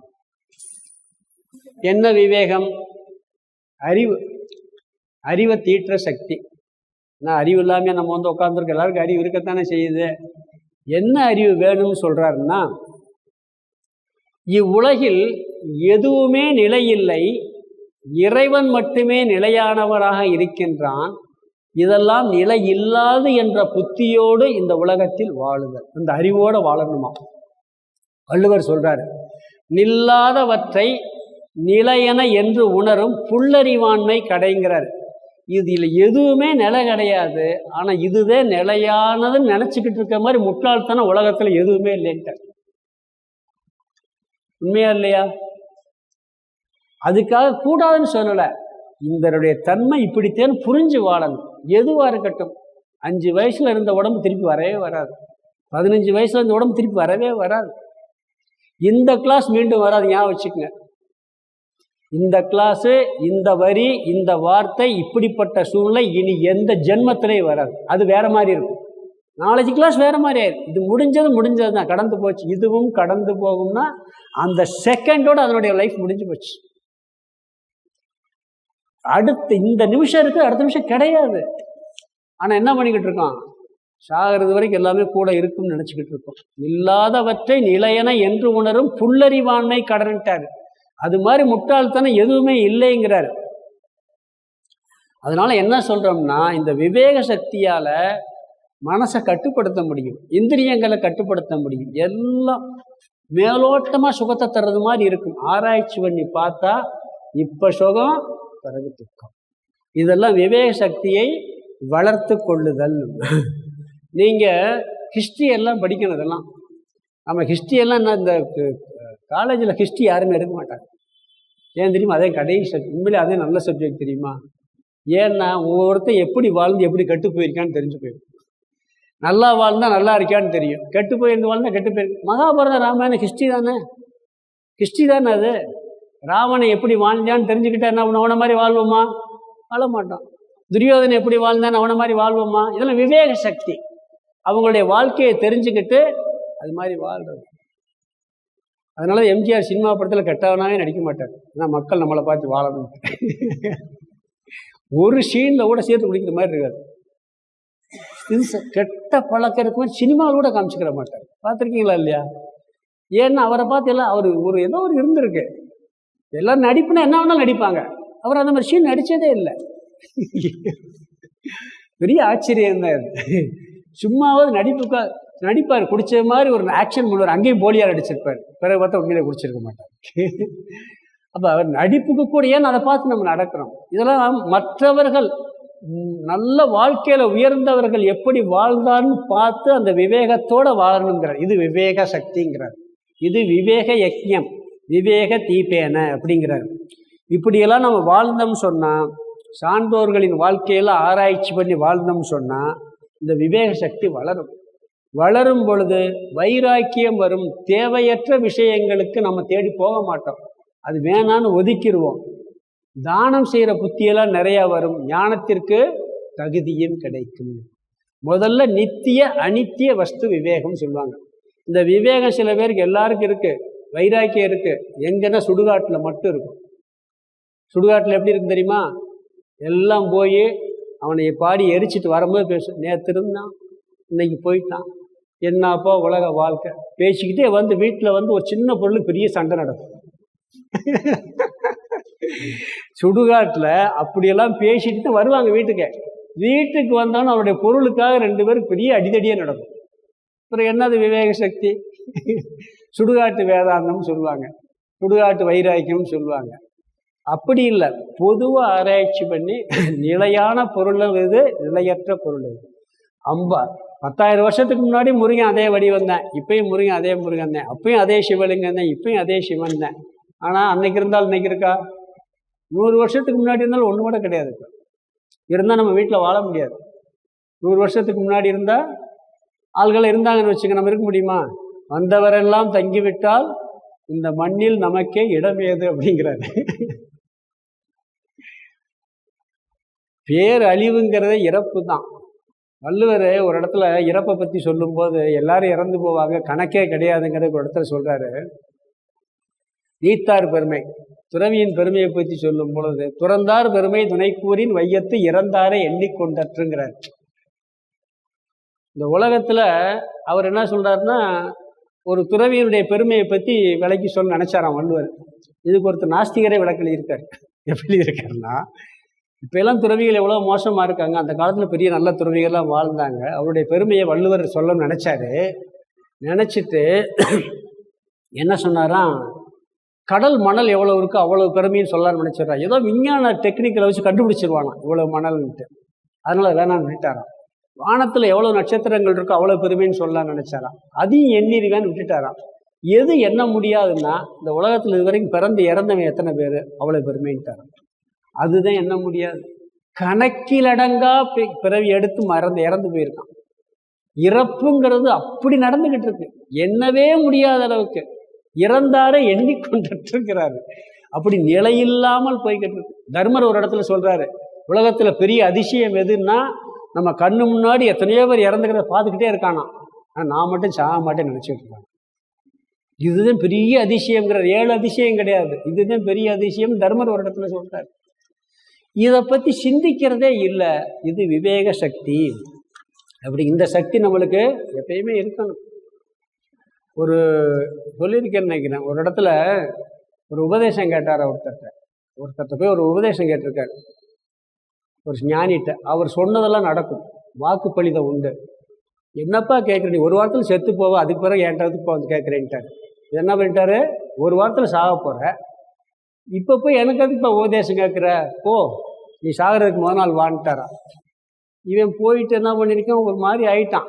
போயிட்டு முதல் நாள் வந்திருக்கான், சாகிறதுக்கு முதல் நாள். ஐயா, இப்போ இந்த ஒரு வாரத்தில் எத்தனை பொய் சொன்னேன்னு கேட்டாரா. எப்படி சாமி நான் பொய் சொல்லுவேன், சாக போகிறேன், எப்படி பொய் சொல்லுவேன் அப்படின்னா. எத்தனை தப்பு பண்ண, எப்படி தப்பு பண்ண முடியும், அது பண்ண எப்படி அதெல்லாம் பண்ண முடியும்னு கேட்டானா. ஏன்டா பண்ணலை, சாக போகிறேன் இல்லைங்க, ஏன் சாகம் இருந்துடா போகிறேன்னு கேட்டானா. அவன் மரணத்தை நினைச்ச உடனே எவ்வளோ மாற்றம் வந்திருக்கோம் மனசுல, நம்ம நினைக்க பார்க்குறோமா. அப்படி சொன்னாராம். அது மாதிரி எல்லாம் நிலை இல்லாமல் வந்துக்கிட்டே இருக்கு, போய்கிட்டே இருக்கு. ஒன்று இந்த உலகத்தை விட்டு நம்ம போயிடுவோம், இல்லாட்டி நம்மளை விட்டு அது போயிடும், இருக்கும்போதே போயிடும், இல்லாட்டி அது இருக்கும்போது நம்ம போயிடுவோம். இந்த புத்தியோடு நீ வாழ்ந்தேன்னா பாதிப்பு வரும். அந்த நேரம் மனசு கஷ்டமாக இருக்கும். கொஞ்சம் சிந்திச்சு பார்த்து ஆக்ஷன். இது விவேக சக்தி, ஞானத்திற்கு தகுதி.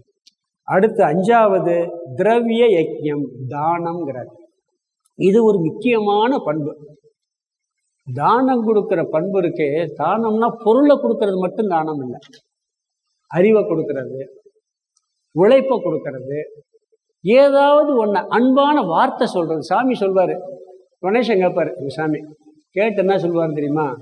நீங்கள் கொடுக்குறீங்களோ கொடுக்கலையோ, ஒரு அன்பா வந்து இந்த ஆசிரமம் நல்லா நடக்கும் பிரார்த்தனை பண்ணுங்க போதும் பாரு. அப்ப எல்லாமே அந்த எண்ணங்கள் கூட ஒரு தானம்ங்கிறார். எண்ணங்கள் கூட ஒரு தானம் அப்படிங்கிறார். அதனால இந்த தானம்ங்கிறது ஒரு பெரிய பண்பு. ஆன்மீகத்துக்கே தாங்கிட்ட இருக்கிறத பகிர்ந்துக்கிறதுங்கிறது ஒரு பெரிய பண்புன்னு சொல்றாரு. இந்த செல்வத்தை சேர்த்து வைக்கிறதுக்கு நம்மளுக்கு எந்த பேங்க் நல்ல பேங்க் சொல்லுங்க? சுவிஸ் பேங்கா? சுவிஸ் பேங்கு, கனடா, இங்கே இந்தியாவில் எத்தனையோ பேங்க் இருக்குது. இந்த பேங்கில் போட்டால் இவ்வளோ வட்டி, அந்த பேங்கில் போட்டால் இவ்வளோ வட்டி இருக்கா இல்லையா? இன்னைக்கு சுவிஸ் பேங்கே போச்சு, பூரா கவர்மெண்ட் என்ன பண்ணிருச்சு, அதையும் எடுத்துருது. வள்ளுவர் அழகாக சொல்கிறாரு. என்ன சொல்கிறாருன்னு சொன்னால், அதாவது அற்றார் அடிபசி தீர்த்தல் அகுதொருவன் பெற்றான் பொருள் வைப்புலிங்கிறார். செல்வர்கள் தம் செல்வத்தை சேர்த்து வைக்க பாதுகாப்பான இடம் எதுன்னா பசித்தவர் வயிறாம். தன்னுடைய செல்வத்தை சேர்த்து வைக்கிறதுக்கு ஒரு சிறந்த இடம் எதுன்னா பசித்தவருடைய வயிறாம். ஒருத்தன் பசியோடு இருக்கிறான்னா அவனுக்கு சோறு போட்டேன்னா ஒரு செல்வம் என்ன பண்ணுது, டெபாசிட் பண்ணப்பட்டிருக்குங்கிறாருங்க. இங்கே போட்டு டெல்லியில் போய் ஏடிஎம் கார்டு எடுக்கலாமா இல்லையா? பணத்தை போட்டுட்டு இங்கே பேங்கில் போட்டுருவான், அது எங்கே போனாலும் இப்போ எடுக்க முடியும். அது மாதிரி இப்படி தானம் பண்ணுற பணம் வந்து நம்ம எல்லா ஜென்மத்திலையும் நம்மளுக்கு கூட வரக்கூடிய ஒரு டெபாசிட் பணம்ங்கிறார். இது ஒரு பெரிய பண்புங்கிறார். வரியார்க்கு ஒன்று ஈவதே ஈகை, மற்றெல்லாம் புறத்த புகழும் குறியெதிர்ப்பை நீரை துடைத்துங்கிறார். அதாவது இல்லாதவர்களுக்கு முடிந்ததை கொடுப்பது தான் ஈகை. செல்வம் மட்டும் இல்லை, ஒருத்தன் வந்து உழைப்பு தேவை இருக்கு, அவனுக்கு உழைப்பை தானமாக கொடுக்குறோம். ஒருத்தன் வந்து போகிற வழியில் ஏதோ வண்டி ரிப்பேர் ஆகி போச்சு, தூக்கி விட ஆள் இல்லை, அதை தூக்கி விட்டு அது தானம் பண்ணுறோம். இப்படி எல்லா வகையிலையும் என்ன சொல்கிறாருன்னு சொன்னால் தானம்ங்கிறது ஒரு பெரிய பண்பு. இல்லறவியலில் கடைசி அதிகாரம் ஈகை புகழ், கடைசியாக வச்சிருக்கார் அந்த அதிகாரத்தை. ஈகைங்கிறது இல்லத்தாரு முக்கியமான பண்பு, அதனால புகழ் வருங்கிறார் அடுத்த அதிகாரத்தில். அதனாலதான் உனக்கு உண்மையான புகழ் வரும். பாருங்க, கர்ணனுக்கு என்ன புகழ்? அவன் பார்த்தா அதர்மத்தோட தான் சேர்ந்திருந்தான். அவன் பேசின வார்த்தையெல்லாம் கடுமையான வார்த்தைகள் தான். ஆனால் தானம் ஒன்றுனால பெரிய பேர் அடைஞ்சிட்டான். பொதுவாக கடமையை செய்கிறதுக்கே தர்மம்னு ஒரு பேர் இருக்கு. ஒரு நியாயமாக வாழ்ந்தா தர்மம்னு பேர் இருக்கு. ஆனால் அதை விட எதை சொல்கிறோம்? தானம் பண்ணுறதுக்கு தர்மங்கிற பேரையே வச்சுருக்கோம். பொதுவாக இருக்கா இல்லையா? தர்மம்னா என்ன சொல்கிறார்? தர்மம் வேணா தானம் பண்ணுவான் அப்படிங்கிற ஒரு எண்ணம் இருக்குது.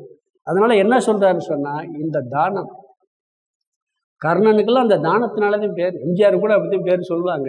அதனால் இந்த உணவு கொடுக்கறது, தானம் பண்ணுறது வந்து ஒரு பெரிய சேவை. ஏடிஎம் கார்டில் பணம் போட்டு எங்கே வேணாலும் போய் எடுக்கலாங்கிறது மாதிரி எந்த லோகத்தில் போனாலும் சேவிங்கில் இருக்கும் இந்த பணம். தானம்ங்கிறது. ஒரு வீட்டில் ஒரு அம்மா வந்து ரொம்ப சாப்பாடெலாம் போடுவாங்க, பார்த்தேன். யார் வந்தாலும் நல்லா சாப்பாடு போடுவாங்க. அது இறந்தோடனே கொடுத்தேன், அழுதான் பார்த்துக்குங்க. அப்படி அழுதான் கதறி சாப்பாடு சாப்பிட்டேன். அப்படியெல்லாம் இருக்குது. அதனுடைய பலன் வந்து அப்படி இருக்குது. நான் ஏற்கனவே ஒரு சொல்லியிருக்கேன். சாமி குருபரானந்த சாமி ஒரு கூல்ட்ரிங்க்ஸ் கதை சொன்னேன் சார். அவர் திருவண்ணாமலைக்கு நடந்து போனார் ஒரு தடவை. நடந்து போகும்பொழுது மலை மேலே அங்கே வந்து அந்த தீப ஏற்றுறனித்த கூட்டம் நிறையா போகும். மற்ற நாள் யாருமே போக மாட்டாங்க. தண்ணியே கிடையாது மேலே, என்ன அக்னி, அது மரங்களும் கிடையாது. திருவண்ணாமலை தீப ஏற்றுற மரங்களும் பெருசாக கிடையாது. இவர் கூட்டமெல்லாம் போயிட்டார். போகும்போது ஏதாவது தாகமாக இருக்குன்னு ஒரு 1/2 லிட்டர் கூல்ட்ரிங்க்ஸ் பாட்டில் வாங்கிட்டு போயிருக்காரு. வாங்கிட்டு போகும்பொழுது போயிருக்காரு. இடையில ஒருத்தன் பாதி தூரத்து நடந்து வந்திருக்கான். யாரோ ஒருத்தன் போயிட்டு, சாமி ஏதாவது குடிக்க இருக்கான்னு கேட்டிருக்கான். இந்தாப்பான்னு கொடுத்துருக்காரு. அது குடிச்சிருக்கான். குடிச்சிட்டு இவரை வர அவ்வளவு தாகம் அவனுக்கு. இவரை பார்த்துட்டு சிலப்ப சாப்பிடு, பாதியை குடிச்சு கொடுக்கலாம்னா குடிச்சிருப்பான்ட்டாரு. ஃபுல்லாக குடிச்சிட்டான். அவர் நிப்பாட்டியிருக்கான், இல்லைப்பா தாகம் இருந்தால் குடிச்சான். இவர் சரின்னு இவர் போயிட்டார். அதை கீழே போட்டு போயாச்சு. மேலே போனால் பார்த்துட்டு கீழே இறங்கி வர்றாரு. இவருக்கு தாகம் எடுக்குது. ஏன்னா தண்ணி இல்லை, ஒன்றும் இல்லை. திருப்பி வர்றாரு. எங்கே தாகம் எடுக்குதோ அங்கே இப்படி இப்போ தாகம் எடுத்து நிற்கிறாரா. ஒரு எழுத்தாப்பில் வந்து அதே கூல்ட்ரிங்க்ஸ் பாட்டில் கொடுத்தாங்க. இதே பிராண்டு கூல்ட்ரிங்க்ஸ் பாட்டில் கொடுத்தாங்க. செமக்கிற வேலை மிச்சங்கிறார். அதே பிராண்டு அதே பாட்டில் ஒருத்தன் வந்து சாமி ஏதோ தாகம் சாப்பிடுன்னு அவனா வந்து கொடுக்குறாங்க. இது எப்படி இருக்குங்கிறாரு. அப்போ கையில் தூக்கி கொண்டு வர இங்கே வந்தே சாப்பிட்ருப்பாரு. அது வரைக்கும் செமக்கிற வேலை மிச்சமாகி போச்சா அவருக்கு. இப்படி வந்து என்ன பண்ணோம்னா அது ஏதாவது ஒரு ரூபத்தில் பல இருக்கும். தர்மம் தலை காக்கும் தக்க சமயத்தில் உயிர். சினிமா பாட்டு, அருமையான பாட்டு தெரியுமா அந்த பாட்டு? தர்மம் தலை காக்கும் தக்க சமயத்தில் உயிர் காக்கும், கூட இருந்தே புலி பறித்தாலும் கொடுத்தது காத்து நிற்குங்கிறார். எப்படிதான் அந்த வார்த்தையார் எழுதுறாங்கன்னு தெரியல. நம்மை வாழ விடாதவர் நம் வாசலில் வந்து வணங்கிட வைத்து விடுமா. தர்மம் தலை காக்கும் தக்க சமயத்தில் உயிர் வாழ்க்குங்கிறார். அள்ளி கொடுப்பவர் நெஞ்சம் ஆனந்த பூங்காற்றுங்கிறார், பூங்கொத்துங்கிறார். அது மனசு அப்படி ஆனந்தமா இருக்கு. சின்ன அந்த பரியில பாருங்க, எல்லாம் மலை போல் வரும் சோதனை யாவும் பனி போல் நீங்கிவிடும். அந்த பாட்டிலே வருது. மலை போல் வரும் சோதனை யாவும் பனி போல் நீங்கிவிடும், தர்மம் தலை காக்கும் தக்க சமயத்தில் உயிர் காக்கும். இந்த தானம்ங்கிற பண்பு ஆன்மீக வாழ்க்கையில ஒரு முக்கியமான பண்பு.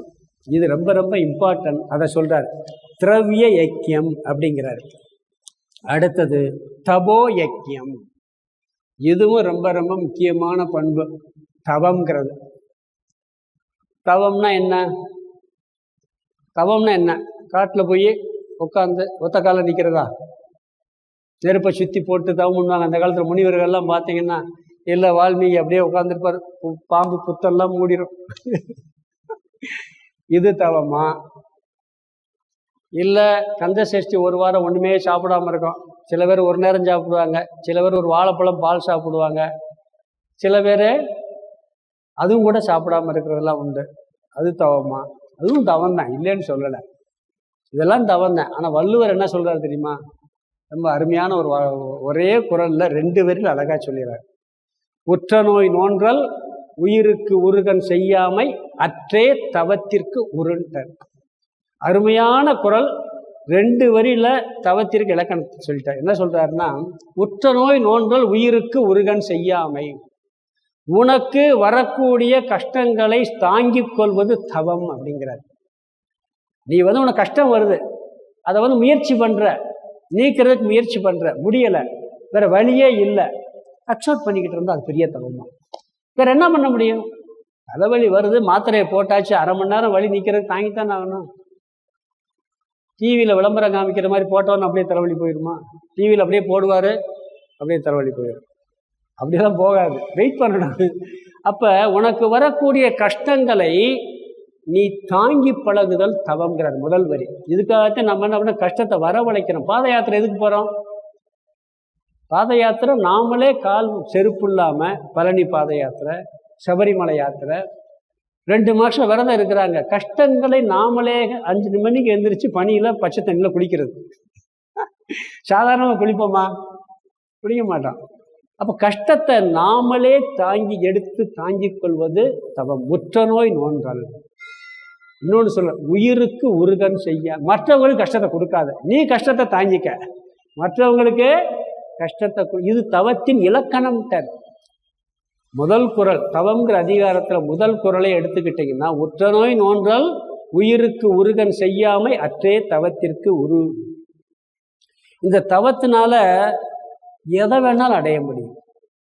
பார்வதி சிவனை தவம் பண்ணித்தான் பெற்றாங்கன்னு சொல்லுவோம். நான் தவம் இருந்து பெற்ற பிள்ளைன்னு சொல்றதெல்லாம் உண்டு. சொல்றோமா இல்லையா? ஒருத்தர் IAS படிக்கணும், தவ வாழ்க்கை வாழணும். அதுக்காக அவன் டிவி பார்க்காம அது பார்க்காம எல்லாத்துக்கும் விடாமல் படிப்பில் கவனம் செலுத்தணும். ஒருத்தர் பெரிய லட்சியத்தை நோக்கி போனான்னு, இந்த பிளேயர்லாம் இருக்கான் பாருங்க, வேர்ல்டு கப் வாங்குறவெல்லாம் வேற எந்த சிந்தனையும் கிடையாது. காலையில் எந்திரிச்சதுன்னு அந்த ட்ரைனிங்கில் தான் இருப்பான். இங்கே வேர்ல்டு கப் வாங்குறதுக்கு ஒவ்வொரு துறையில் போகிறா பார்த்தீங்களா? அன்னைக்கு மட்டும் போகிறதில்ல, டெய்லி பயிற்சி. நோக்கம் பூரா அதே சிந்தனை, அதே லட்சியம், அதே குறிக்கோள், அது தவம். அப்போ தான் அதை அடைய முடியுது. அதை வேற சுகத்தில் விட்டுருவான் அவன். அந்த ஒரு லட்சியத்திலேயே குறிக்கோளாக இருக்கிறது, அதுவெல்லாம் தவம். எதுனாலும் தவம் வேணும். அதுக்கு இன்னொன்று சொல்கிறார், என்ன பலன் சொல்லி வள்ளுவர் சொல்கிறார், இங்கேயும் சொல்கிறாரு. அதாவது ஒன்னார் திரளும் உவந்தாரை ஆக்களும் எண்ணின் தவத்தான் வரும். தவம்னு ஒரு அதிகாரம் வச்சிருக்காரு, 10 குறள், அருமையான குறள். அதில் ஒன்னார் திரளும் உவந்தாரை ஆக்களும் எண்ணின் தவத்தான் வரும். நீ நல்லா தவ வாழ்க்கை வாழ்ந்தேன்னா உன் எதிரி அழிஞ்சு போயிடுவான். நீ ஒன்றும் அழிக்க வேண்டியதில்லை, அவனும் ஆட்டோமேட்டிக்காக அவன் போயிடுவான். உன் கூட இருக்கும் நீ காப்பாற்ற வேண்டியதில்லை, அதுவே காப்பாற்றிருங்கிறார். ஒன்னார் திரளும் உவந்தாரை ஆக்களும் எண்ணின் தவத்தான். இன்னொன்று சொல்றார், கூற்றம் குதித்தலும் கைகூடும் நோற்றலின் ஆற்றல் தலைப்பட்டவருக்குங்கிறார். அதாவது யமனை கூட ஜெயிச்சிடலாங்கிறார். சத்தியவான் சாவித்திரியெல்லாம் யமனை ஜெயிச்சது தானே. அது மட்டும் இல்லை, யமனை வெல்லுதுன்னா அந்த தவத்தினால ஞானத்தை அடைஞ்சாச்சுன்னா திருப்பி பிறக்க மாட்டேன், திருப்பி இறக்க மாட்டேன். அப்புறம் எப்படி ஒரு தடவை தான் யமன் கொண்டு போவார். ஞானிக்கு யமன் உயிர் எடுத்துட்டு போக முடியாது, தெரியுமா உங்களுக்கு? ஞானி இறக்கும் போது யமன் மற்ற உயிரை கொண்டு போய் பாவ புண்ணியம் எங்கேயும் அதுக்குமே சேர்த்துருவார் அவர். ஞானி இறந்த உடனே அவர் உயிர் எடுக்கிறதெல்லாம் கிடையாது, அது சமஷ்டியில் கலந்துரும். அப்போ அதாவது கூற்றம் குதித்தலும் கைகூடும்னா யமனை வெல்றது கூட கைகூடுங்கிறார் இங்கே இந்த தவத்தினால. ஞானத்தை பெற்றாச்சுன்னு சொன்னால் அது என்ன ஒரு இதுன்னு சொன்னால், ஞானத்தை பற்றி ஒரு விஷயம் சொல்லிடுறேன். நம்ம இந்த உடம்பு அழிஞ்சா என்ன பண்ணுறது? உடம்பு இருக்கும்போது உயிர் ட்ராவல் பண்ணுது, மனசுன்னு சொல்லி. மனசு உயிருங்கிறது இருக்குது, மனசோட சேர்ந்து ஆத்மா ட்ராவல் பண்ணுது. ஆத்மாவுக்கும் உயிருக்கும் வித்தியாசம் இருக்குது, அதுக்குள்ளே போகும்போது பார்ப்போம். அப்போ இந்த உடல் என்ன பண்ண, எங்கேருந்து வந்துச்சு? 5 பூதத்துலேருந்து வந்துச்சுல. 5 பூதத்தில் போயிடும். ஒன்று நெருப்பில் அழிப்போம், இல்லாட்டி பூமியில் போட்டுவோம், தண்ணியில் போடுவோம். 5 பூதத்தில் கலந்துரும் இந்த உடம்பு இறந்தா. அந்த உயிர் என்ன பண்ண ட்ராவல் பண்ணும். ஞானிக்கு என்ன பண்ணணும்னா, இது எப்படி கலக்குதோ அது மாதிரி இறந்த உடனே உயிர் 5 பஞ்சபூதத்துலேருந்து வந்தது. சூக்ஷ்ம பஞ்சபூதம்னு ஒன்று இருக்குது, இதெல்லாம் தத்துவத்தில் வரும். அந்த உயிர் தத்துவம் எப்படி தோன்றுச்சுன்னு சொல்லி ஆத்மாவை வச்சுக்கிட்டு அந்த உயிர் தத்துவம் ஒன்று தோன்றும். அது இன்னொரு பஞ்சபூதம், கண்ணுக்கு தெரியாத பஞ்சபூதம் இருக்குது, அதுலேருந்து அந்த தத்துவம் வரும். இந்த ஞானி இறந்த உடனே அது ட்ராவல் பண்ணாது. எப்படி இந்த உடம்பு இந்த பஞ்சபூதத்தில் சேருதோ அந்த உடல் அந்த பஞ்சபூதத்தில் மனசு புத்தியெல்லாம் சேர்ந்துடும், கலந்துரும், சமஷ்டியில் கலந்துருங்கிறார். ட்ராவல் பண்ணவே பண்ணாதுங்கிறாங்க. அப்போ கூற்றம் குதித்தலும்னா எவனுக்கு அங்கே வேலை இல்லாமல் போயிடறாங்க. எவன் அதில் எடுத்து போக முடியாது. தவத்தில் வாழ்ந்து ஞானத்தை பெற்றால் யமனியும் வெல்ல முடியுங்கிற பலனை வள்ளுவர் சொல்லியிருக்கிறாரு. இன்னொன்று என்னென்னா, இந்த உற்ற நோய் நோன்ற உயிருக்கு உருகன் செய்யாமைன்னு சொன்ன தாங்கிக்கிறதுன்ட்டு, நாம் இந்த கஷ்டத்தை தாங்கி பழகிட்டீங்கன்னா கஷ்டம் என்ன பண்ணுமா தெரியுமா? இவன்ட்ட நம்மளால் ஒன்றும் பண்ண முடியாது, நம்ம வேலை இவன்ட்டு ஆகாதுன்னு வெளியே ஓடி போயிருமா. இடும்பைக்கு இடும்பை படுப்பர், இடும்பைக்கு இடும்பை படாதவர் இருக்கார். அதாவது துன்பம் கண்டு மனம் கிளம்பாதவர் துன்பத்திற்கே துன்பத்தை கொடுத்து விரட்டி விட்டுவானோ. ஒரு துன்பம் ஒருத்தர் ரொம்ப உட்காந்துருந்துச்சான், ரொம்ப நேரம் பார்த்தா ஒன்றும் கலங்குறது மாதிரியே இல்லை. பிறகு வெளியே போயிடுச்சு. என்னப்பா வந்துட்டேன்னு நான் விட்டு பார்த்தேன், நம்ம வேலையில் அங்கே ஒன்றும் பப்பு வேகலை, அதனால் அவனை விட்டு வந்துட்டேன்னுச்சான். என்ன கஷ்டம் வந்தாலும் நீ கண்டுக்கிறாம நீ அது இருந்தேன்னு சொன்னால் அது என்ன? துன்பம் வரும் வேலையிலே சிரிங்க என்று சொல்லி வச்சான் வள்ளுவனும் சரிங்கிறார்.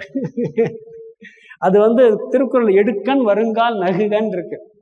அப்படி இதுவும் தவங்கிறார், அதை தாங்கிக் கொள்வது தவம். இப்படி ஒரு தவ வாழ்க்கை வாழ்ந்தோம் சொன்னால் அது என்ன பெரிய பலனை கொடுத்து ஞானத்திற்கு தகுதியை கொடுக்கும். இது ஒரு தவம்.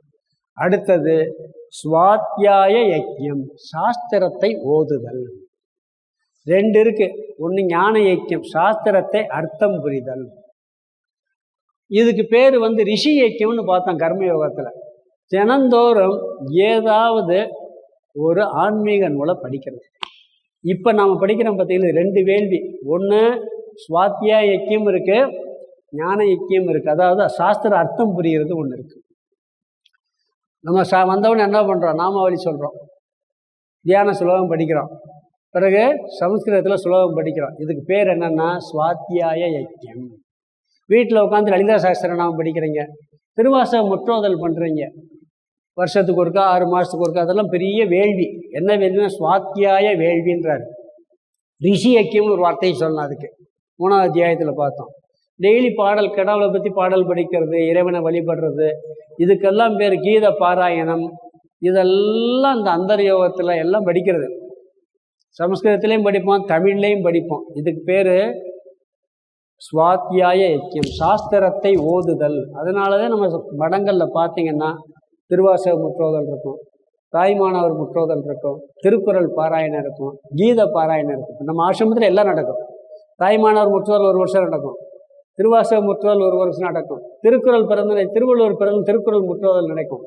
இவர் நம்ம கிருஷ்ண ஜெயந்தி அன்னைக்கு கீத பாராயணம் நடக்கும். டெய்லி லலிதா சம்ஸ்காரம் கீத பாராயணம் நடந்துக்கிட்டு இருக்கு. இப்போ தேனி ஆசிரமத்தில் இதுக்கு பேர் சுவாத்தியாய யக்கியம், சாஸ்திரத்தை ஓதக்கூடிய ஒரு வேள்வி. இதெல்லாம் எதுக்குன்னு சொன்னால், முதல்ல இதெல்லாம் படித்து மனப்பாடம் பண்ணிட்டோம்னா 2வது அர்த்தம் புரிவதற்கு ஈஸியாக இருக்கும். சிலதெல்லாம் நீங்கள் பாருங்கள், ஒரு பாடல் யாராவது ஒருத்தர் நீங்கள் ஒரு சுலோகத்தை மனப்பாடம் பண்ணிட்டு போயிட்டீங்கன்னா, அந்த மனப்பாடம் பண்ண பிறகு அதுக்கு ஒரு அர்த்தம் சொல்கிறான்னு வச்சுக்கோங்க, ரொம்ப ஈஸியாக உள்ளே போகும். அந்த வார்த்தையெல்லாம் மனசுக்குள்ளே இருக்கும். அதனால தான் பார்த்தீங்கன்னா ஆரம்பத்தில் பிரம்மச்சாரியில் மனப்பாடம் பண்ண சொல்லுவாங்க. இப்போ நம்மளாம் திருக்குறள் மனப்பாடம் பண்ணுறோம் சின்ன வயசில், அர்த்தம் புரிஞ்சால் மனப்பாடம் பண்ணுறான். அதுக்கு எதாவது அர்த்தம் புரியுமா அந்த வயசில்? பொருள் படிப்போம், மனப்பாடமாக இருக்கும். அதுக்கு என்ன அர்த்தம்னே தெரியாது. இப்போ என்னன்றி ஒன்றாருக்கும் உய்வின்றாம் உய்விலை செய் நன்றி ஒன்ற மாதிரி மனப்பாடம் பண்ணியிருப்பான். நன்றினா என்னன்னே தெரியாது சின்ன வயசில், அப்பயே மனப்பாடம் பண்ணியாச்சு.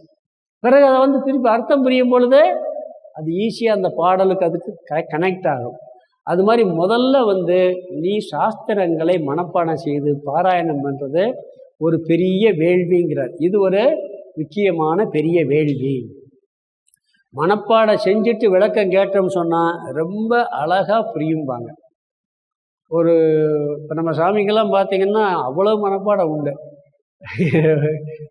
தேவாரமாக இருக்கட்டும், திருவாசகமாக இருக்கட்டும், அப்படியே எல்லாத்தையும் மனப்பாடமும் சொல்லுவார்.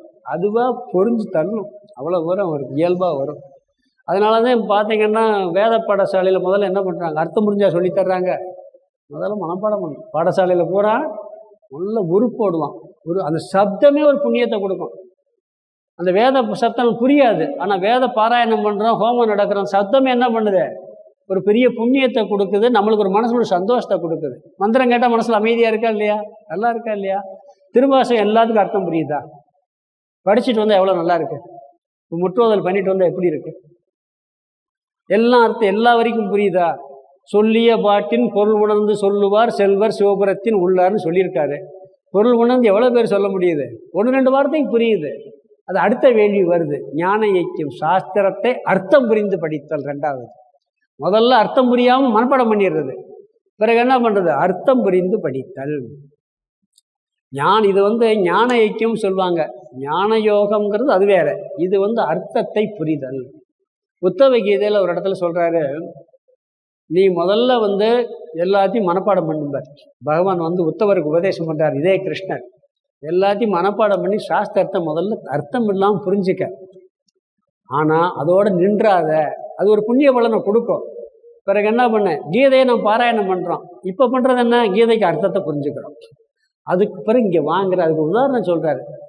பசுமாடு வளர்க்குறோம், நீ அர்த்தம் புரியாமல் படித்தா பால் கறவை நின்று போட்ட பசுமாட்டை வளர்க்குறது மாதிரிங்கிறார்.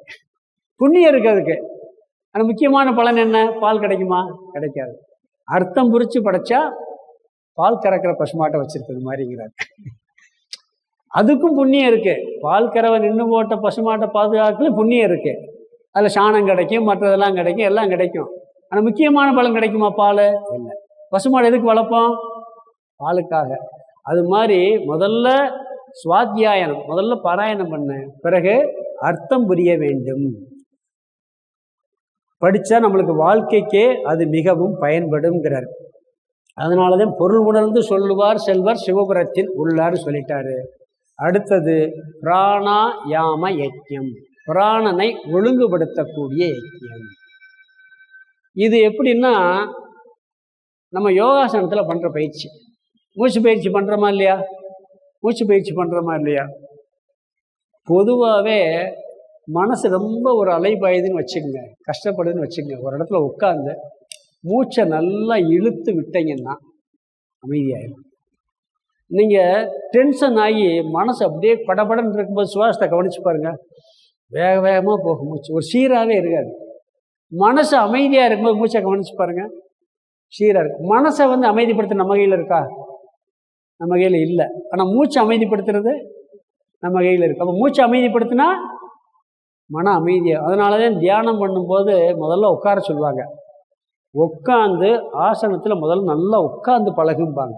உட்கார்றதே எடுத்த எடுப்பில் பத்மாசனம் போட்டு வேறு காலை எடுக்க முடியாது, இன்னொருத்தர் எடுத்து விடக்கூடாது காலை. சில பேர்லாம் அப்படி உண்டு. சுக ஆசனம், அமைதியாக உட்காரணும். உட்காந்து உடம்ப சீராக வச்ச பிறகு பிராணனை நல்லா மூச்சை இழுத்து விட்டால் மனசு அமைதியாக, அது பிறகு தியானமே ஆரம்பிக்கணும். அப்போ அந்த பிராணனை ஒழுங்குபடுத்தும் பொழுது மனசு ஒழுங்காகுது. அது மட்டும் இல்லை, டயர்டாக இருக்கனோட வச்சுங்களேன், உட்காந்து நல்லா மூச்சை இழுத்து மெதுவாக விடுங்க, அந்த டயர்ட்னஸ் போகும், ஒரு மனசு அமைதியாகும், ஒரு சாந்தமாகும். இது பிராணாயாமத்தில் எத்தனையோ பயிற்சி இருக்குது. பொதுவாக மூச்சை நல்லா இழுத்து மெதுவாக விழக்கூடிய பயிற்சி இது பிராணாயாம பயிற்சி. பிராணன் சீராக இருந்தால் மனமும் சீராக இருக்கும். மனம் சீராக வைப்பது நம் கையில் இல்லை, பிராணனை சீராக வைப்பது நம் கையில் இருக்கிறது. மனம் அலைபாயும் பொழுது, மனம் சஞ்சலப்படும் பொழுது அமைதியாக உட்காந்து பிராணனை மூச்சு இழுத்து விட்டு மன அமைதியாக. அதனால் அந்த பிராண ஐக்கியம்ங்கிறது முக்கியமான ஐக்கியம். இது 9. இன்னும் 2 வேள்வி இருக்குது. எது? அஷ்டாங்க யோக ஐக்கியம், பிறகு முக்கியமான இன்னொரு ஐக்கியம் ஆகார ஐக்கியம், அது பிறகு ஞான வேள்வி. இன்னும் 3 சாதனை இருக்குது. இதில் முக்கியமானது இன்னொன்று சாப்பாடு. அதை பற்றி நிறைய சொல்லியிருக்காரு. என்ன அதை நம்ம என்ன பண்ணுவோம், நாளைக்கு கிளாஸில் பார்க்கலாம். ஓம் பூர்ணமத பூர்ணமிதம் பூர்ணாத் பூர்ணமுதச்யதே பூர்ணஸ்ய பூர்ணமாதாய பூர்ணமேவாவசிஷ்யதே. ஓம் சாந்தி சாந்தி சாந்தி. ஹரிஹி ஓம் ஆதி குருநாத சுவாமிக்கு ஜெய்.